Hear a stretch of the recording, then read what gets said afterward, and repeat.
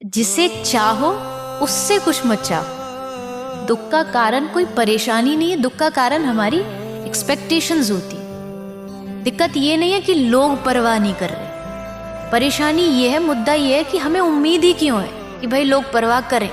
हम उम्मीद रखते हैं, उम्मीद टूटती है क्योंकि सबका अपना अपना जीने का तरीका है, सबकी अपनी अपनी सोच है। मुझे लगता है उम्मीदें लगाने का मतलब है अपने आप को दुख के एक कदम और नज़दीक लेके जाना।